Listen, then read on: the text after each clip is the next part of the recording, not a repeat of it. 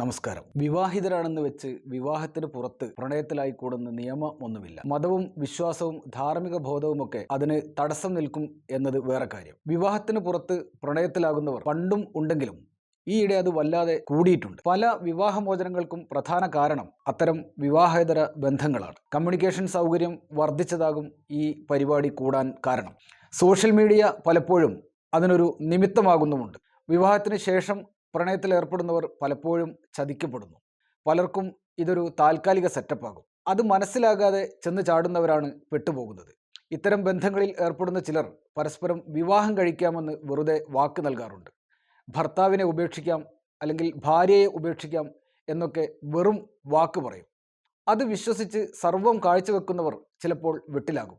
കാമുകൻ അല്ലെങ്കിൽ കാമുകി തേച്ചിട്ട് പോയാൽ ആരോടും സങ്കടം പറയാൻ പോലും കഴിയില്ല. വെറുതെ കരഞ്ഞു കഴിയുകയല്ലാതെ വേറെ ഒരു നിവൃത്തിയും ഉണ്ടാകില്ല. എന്നാൽ ഇത്തരം ചില കേസുകൾ ചിലപ്പോഴെങ്കിലും പോലീസ് സ്റ്റേഷനുകളിലും കോടതികളിലും എത്താറുണ്ട്. വിവാഹ വാഗ്ദാനം നൽകി ബലാത്സംഗം ചെയ്തു എന്നായിരിക്കും FIRലും കുറ്റപത്രത്തിലും കാണുക. വിവാഹിതയായ ഒരു സ്ത്രീയെ വിവാഹ വാഗ്ദാനം നൽകി പീഡിപ്പിച്ചാൽ ബലാത്സംഗമാകുമോ? വിവാഹിതനായ ഒരു പുരുഷൻ വിവാഹ വാഗ്ദാനം നൽകി പീഡിപ്പിച്ചാൽ അത് ബലാത്സംഗം എന്ന കുറ്റകൃത്യമാകുമോ?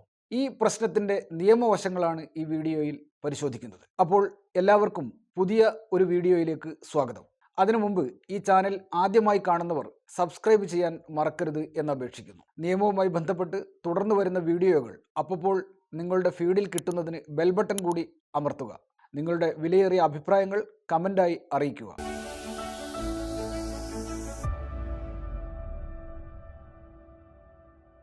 ഒരു പ്രവാസിയുടെ ഭാര്യയാണ് കഥാപാത്രം. ഭർത്താവ് ഗൾഫിലാണ്. പെൺകുട്ടി കപ്പലിൽ ജോലിയുള്ള ഒരാളുമായി അടുപ്പത്തിലായി. അയാളും വിവാഹിതനാണ്.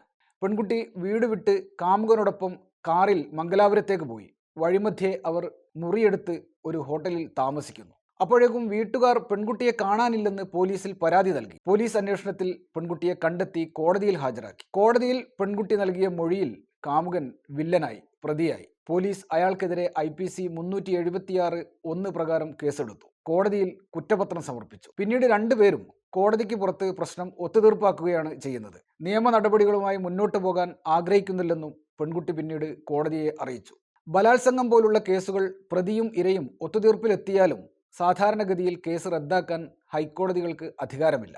എന്നാൽ ചില പ്രത്യേക സാഹചര്യത്തിൽ അസാധാരണമായ അധികാരം ഉപയോഗിച്ച് ഹൈക്കോടതികൾക്ക് കേസ് റദ്ദാക്കാവുന്നതാണ്. നിരവധി വിധികളിൽ സുപ്രീം കോടതി ഈ കാര്യം വ്യക്തമാക്കിയിട്ടുണ്ട്. ഈ കേസിൽ കാമുകൻ കേസ് റദ്ദാക്കാൻ ഹൈക്കോടതിയെ സമീപിച്ചു. പ്രത്യേക അധികാരം ഉപയോഗിച്ച് ഈ കേസിൽ തീരുമാനമെടുക്കാമെങ്കിലും ഹൈക്കോടതി കേസ് വിശദമായി തന്നെ പരിശോധിച്ചു. ഹർജിക്കാരനായ കാമുകന്റെ പ്രധാന വാദം ലൈംഗിക ബന്ധം നടന്നത് പരസ്പര സമ്മതത്തോടെ ആണെന്നാണ്. IPC 375 പ്രകാരം സമ്മതമില്ലാതെ നടത്തുന്ന ലൈംഗിക വീഴ്ചയെ ബലാത്സംഗമാകൂ. വാക്കാലോ അല്ലാതെയോ ആംഗ്യം കൊണ്ടോ സ്വമേധയാ വ്യക്തമായി നൽകുന്ന സമ്മതമാണ് ലൈംഗിക വീഴ്ചയ്ക്കുള്ള സമ്മതം. ശാരീരികമായി എതിർത്തില്ല എന്നതുകൊണ്ട് മാത്രം അത് സമ്മതമായി കണക്കാക്കാൻ പറ്റില്ല.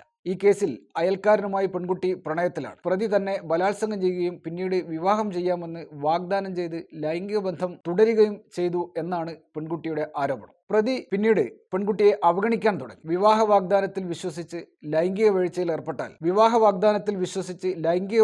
ഏർപ്പെട്ടാൽ തന്നെ വിശ്വാസവഞ്ചനയായി മാത്രമേ കാണാൻ പറ്റൂ. ബലാത്സംഗമായി കാണാൻ പറ്റില്ലെന്ന് സുപ്രീം കോടതി വിധികളുണ്ട്. 2013 ദീപക് ഗുലാത്തിയും സ്റ്റേറ്റ് ഓഫ് ഹരിയാനയും തമ്മിലുള്ള കേസ് അത്തരത്തിലൊരു കേസാണ്. നമ്മുടെ കേസിൽ പെൺകുട്ടി വിവാഹിതയാണ്. ഭർത്താവും കുട്ടികളുമുണ്ട്. പ്രതിയും വിവാഹിതനാണെന്ന് പരാതിക്കാരിക്ക് നന്നായി അറിയുകയും ചെയ്യും. പലതവണ ഇരുവരും ലൈംഗിക ബന്ധമുണ്ടായിട്ടുണ്ട്. ഹോട്ടൽ മുറിയിൽ ഒരുമിച്ച് താമസിച്ചിട്ടുണ്ട്. പരസ്പര സമ്മതത്തോടെയാണ് അങ്ങനെയൊക്കെ സംഭവിച്ചതെന്ന് വ്യക്തവുമാണ്. തെറ്റിദ്ധാരണയുടെ പേരിലാണ്, അതായത് പ്രതി വിവാഹം കഴിക്കുമെന്ന വിശ്വാസത്തിലാണ് ലൈംഗിക ബന്ധത്തിന് സമ്മതം നൽകിയത് എന്ന് കരുതാൻ പറ്റില്ല. കോടതി മെറിറ്റിൽ തന്നെ പ്രതിക്കെതിരായ FIR റദ്ദാക്കാൻ ഉത്തരവായി. സുപ്രീം കോടതിയിൽ നിന്നും ഇതേപോലുള്ള വിധികൾ ഈയടുത്ത് വന്നിട്ടുണ്ട്. 2023 നഈം അഹമ്മദും സ്റ്റേറ്റും തമ്മിലുള്ള കേസാണ് അതിൽ പ്രധാനം. ഈ കേസിൽ വാദിയും പ്രതിയും വിവാഹിതരാണ്. രണ്ടുപേർക്കും കുട്ടികളുമുണ്ട്. 5 വർഷം ഒരുമിച്ച് താമസിച്ച ശേഷമാണ് വിവാഹ വാഗ്ദാനം നൽകി ബലാത്സംഗം ചെയ്തു എന്ന് കാണിച്ച് ഈ കേസിലെ യുവാവിനെതിരെ കേസ് കൊടുത്തത്. കാമുകനിൽ നിന്ന് ഗർഭിണിയായ ശേഷമാണ് ആദ്യ ഭർത്താവിൽ നിന്ന് ഈ സ്ത്രീ വിവാഹമോചനം നേടിയത് പോലും. ലൈംഗിക ബന്ധത്തിന് സമ്മതം നൽകിയത് തെറ്റിദ്ധാരണയുടെ പേരിലാണ്, അല്ലെങ്കിൽ വിവാഹ വാഗ്ദാനം വിശ്വസിച്ചാണ് എന്ന് ഒരു തരത്തിലും കരുതാൻ കഴിയില്ലെന്നാണ് ആ കേസിൽ സുപ്രീം കോടതി വിധിച്ചത്. കേരള ഹൈക്കോടതി വിധി പറഞ്ഞ മറ്റൊരു കേസ് കൂടി പറയാം. ഈ കേസിൽ രണ്ടുപേരും വിവാഹിതരാണ്. കാമുകനും കാമുകിയും വിവാഹിതരാണ്. പരാതിക്കാരി പ്രതിയിൽ നിന്ന് ഗർഭം ധരിക്കുന്നു. പ്രതിയുടെ അമ്മയുടെ നിർദ്ദേശപ്രകാരം സ്വകാര്യ ആശുപത്രിയിൽ നിന്ന് ഗർഭഛിദ്രം നടത്തുന്നുമുണ്ട്. വിവാഹ വാഗ്ദാനം നൽകി നിരവധി തവണ ലൈംഗികമായി ബന്ധപ്പെടുകയും പിന്നീട് വിവാഹത്തിൽ നിന്ന് പിന്മാറുകയും ചെയ്തു എന്നായിരുന്നു പരാതിക്കാരിയുടെ കേസ്. ഫേസ്ബുക്കിലൂടെയാണ് രണ്ടുപേരും പരിചയപ്പെടുന്നതും പ്രണയത്തിലാകുന്നതും. ആ സമയത്ത് പരാതിക്കാരി ആദ്യ ഭർത്താവുമായുള്ള വിവാഹബന്ധം വേർപെടുത്തിയിരുന്നു. എങ്കിലും പ്രതി വിവാഹിതനാണെന്ന് അവർക്കറിയാം.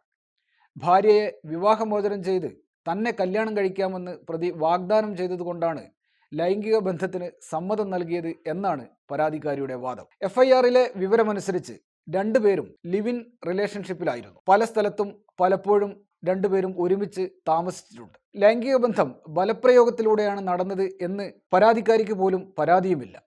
വിവാഹ വാഗ്ദാനം നൽകി വഞ്ചിച്ച് ബലാത്സംഗം ചെയ്തുവെന്ന് സ്ഥാപിക്കണമെങ്കിൽ പാലിക്കാൻ ഉദ്ദേശമില്ലാതെ തെറ്റായ വാഗ്ദാനമാണ് നൽകിയത് എന്ന് തെളിയിക്കണം. രഞ്ജിത്തും സ്റ്റേറ്റ് ഓഫ് കേരളയും തമ്മിലുള്ള കേസിൽ കേരള ഹൈക്കോടതി തന്നെ ഇക്കാര്യം വ്യക്തമാക്കിയതുമാണ്. എന്നാൽ ഈ കേസിൽ ഒരു വിവാഹിതനുമായി അയാൾ വിവാഹിതനാണെന്ന് അറിഞ്ഞുകൊണ്ട് സ്വമേധയാ ലൈംഗിക ബന്ധത്തിൽ ഏർപ്പെടുകയാണ് പരാതിക്കാരി ചെയ്തത്. പ്രതി വിവാഹിതനാണെന്നിരിക്കെ നിയമപരമായി വിവാഹം നടത്താൻ സാധിക്കില്ലെന്ന് അവർക്ക് വ്യക്തമായി അറിയാം. വിവാഹിതനായ ഒരാൾ നൽകുന്ന വിവാഹ വാഗ്ദാനം നിയമപരമായി നടപ്പാക്കാൻ പറ്റില്ല. നിയമപരമായി പ്രാബല്യമില്ലാത്ത ഒരു വാഗ്ദാനത്തിൻ്റെ പേരിൽ ഒരാളെ ബലാത്സംഗത്തിന് പ്രോസിക്യൂട്ട് ചെയ്യാൻ പറ്റില്ലെന്ന് ഹൈക്കോടതിയുടെയും സുപ്രീം കോടതിയുടെയും വിവിധ വിധികൾ ഉദ്ധരിച്ചുകൊണ്ട് കോടതി വ്യക്തമാക്കി. ജസ്റ്റിസ് കൗസർ എടപ്പകത്തിന്റെ ബെഞ്ചിലാണ് ഈ കേസ് വന്നത്. പ്രതിയുടെ ഹർജി അനുവദിച്ച കോടതി FIR റദ്ദാക്കാൻ ഉത്തരവായി. കഴിഞ്ഞ മാസം സുപ്രീം കോടതി വരെ എത്തിയ മറ്റൊരു കേസ് കുറച്ചുകൂടി കൗതുകകരമാണ്. ഭർത്താവുമായുള്ള വിവാഹബന്ധം വേർപ്പെടുത്തിയാൽ തന്നെ വിവാഹം കഴിക്കാമെന്ന് പറഞ്ഞ് മോഹിപ്പിച്ച് ബലാത്സംഗം ചെയ്തു എന്നാണ് ഈ കേസിൽ ഇരയുടെ പരാതി. കുട്ടിയെ, അതായത് തൻ്റെ കുഞ്ഞിനെ സംരക്ഷിച്ചു കൊള്ളാമെന്നും ഇതിലെ കാമുകൻ വാക്കുകൊടുത്തിരുന്നു അത്രേ. അയാളെ വിശ്വസിച്ച് പരാതിക്കാരി വിവാഹമോചനം നടത്തി പ്രതിയുമായി ഒരുമിച്ച് താമസിക്കാൻ തുടങ്ങി. ബിസിനസ് ആവശ്യത്തിനെന്ന് പറഞ്ഞ് പിന്നീട് സ്ഥലം വിട്ട പ്രതി പിന്നീട് പരാതിക്കാരിയെ തിരിഞ്ഞു നോക്കിയില്ല, പൂർണ്ണമായും അവഗണിച്ചു കളഞ്ഞു. 2017 ഇരുവരും ബന്ധം തുടങ്ങുന്നത്. ആ സമയത്ത് പരാതിക്കാരി വിവാഹിതയായിരുന്നു എന്നതിനാൽ വിവാഹ വാഗ്ദാനം എന്ന പ്രശ്നം ഉദിക്കുന്നില്ലെന്ന് സുപ്രീം കോടതി വ്യക്തമാക്കി.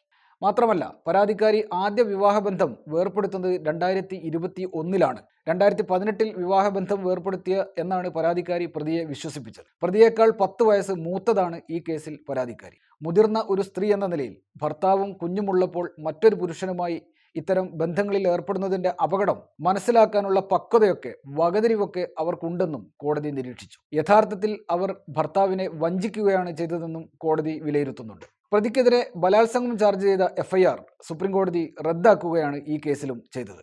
തുടക്കത്തിൽ പറഞ്ഞതുപോലെ വിവാഹിതർ പ്രണയത്തിലായി പോകുന്നത് ഒരു കുറ്റമൊന്നുമല്ല. പക്ഷേ അതിൻ്റെ ഗുണവും ദോഷവും സ്വയം മനസ്സിലാക്കണം. വിവാഹിതരുമായി പ്രണയത്തിലേർപ്പെടുന്ന അവിവാഹിതർ പ്രത്യേകം ശ്രദ്ധിക്കണം. വഞ്ചിക്കപ്പെട്ടു എന്ന തോന്നൽ നാളെ ഉണ്ടാകരുത്. വിവാഹിതനായ ഒരാൾക്ക് വിവാഹ വാഗ്ദാനം നൽകാനോ സ്വീകരിക്കാനോ പറ്റില്ല. വിവാഹിതയായാലും അങ്ങനെ തന്നെ. അതുകൊണ്ട് നിയമപരമായ ആനുകൂല്യങ്ങൾ ലഭിക്കുമെന്ന് പ്രതീക്ഷിച്ച് അത്തരം ബന്ധങ്ങളിൽ ചെന്നുപെടാതിരിക്കും. മറ്റൊരു വീഡിയോയുമായി വീണ്ടും കാണാം. Good bye.